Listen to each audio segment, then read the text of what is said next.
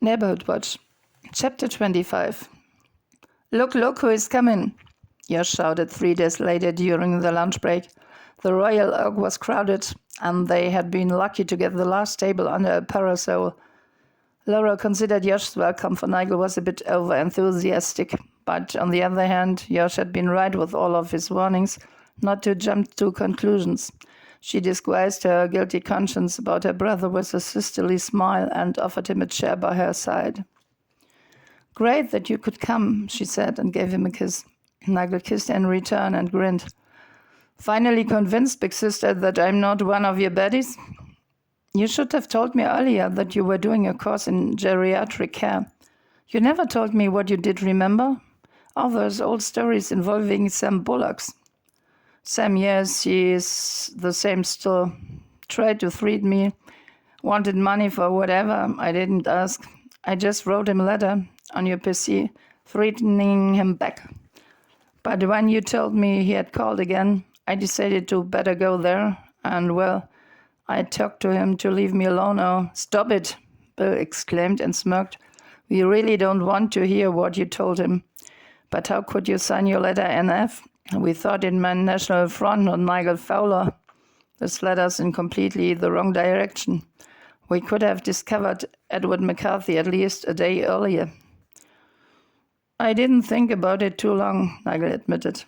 "I was so distracted by the negotiations with the other owners of the private nursing home, and I was so determined to get the manager's job, to do the right thing for once in my life. Then Bruce almost burned down the house that day. I hadn't expected that." "Nor did I. You happened to do the right thing in the end. That's what counts.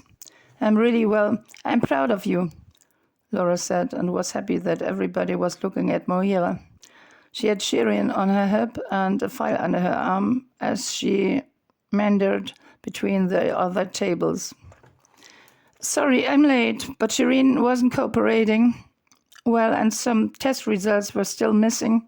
But now, here's the outcome of Edward McCarthy's autopsy." Laura tried to grab the file, but Bill was quicker. Moira shook her head, put Shirin onto Josh's lap, and took the file from Bill.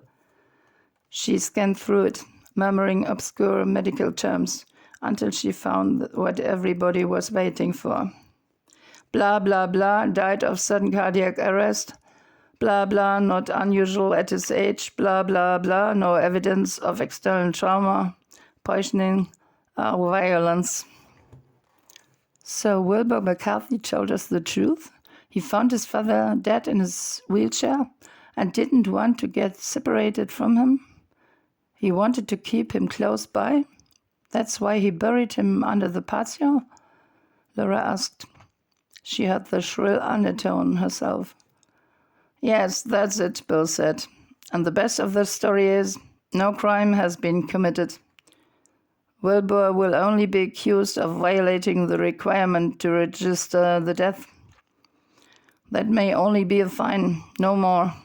But he'll have to seek planning permission if he intends to erect an ornate headstone. Some parent-child relationships work out very well," Bill said without looking at Laura. He took Shirin from Josh's knees and played aeroplanes with his daughter until she shrieked with joy. Josh got up and took Shirin back in his arms.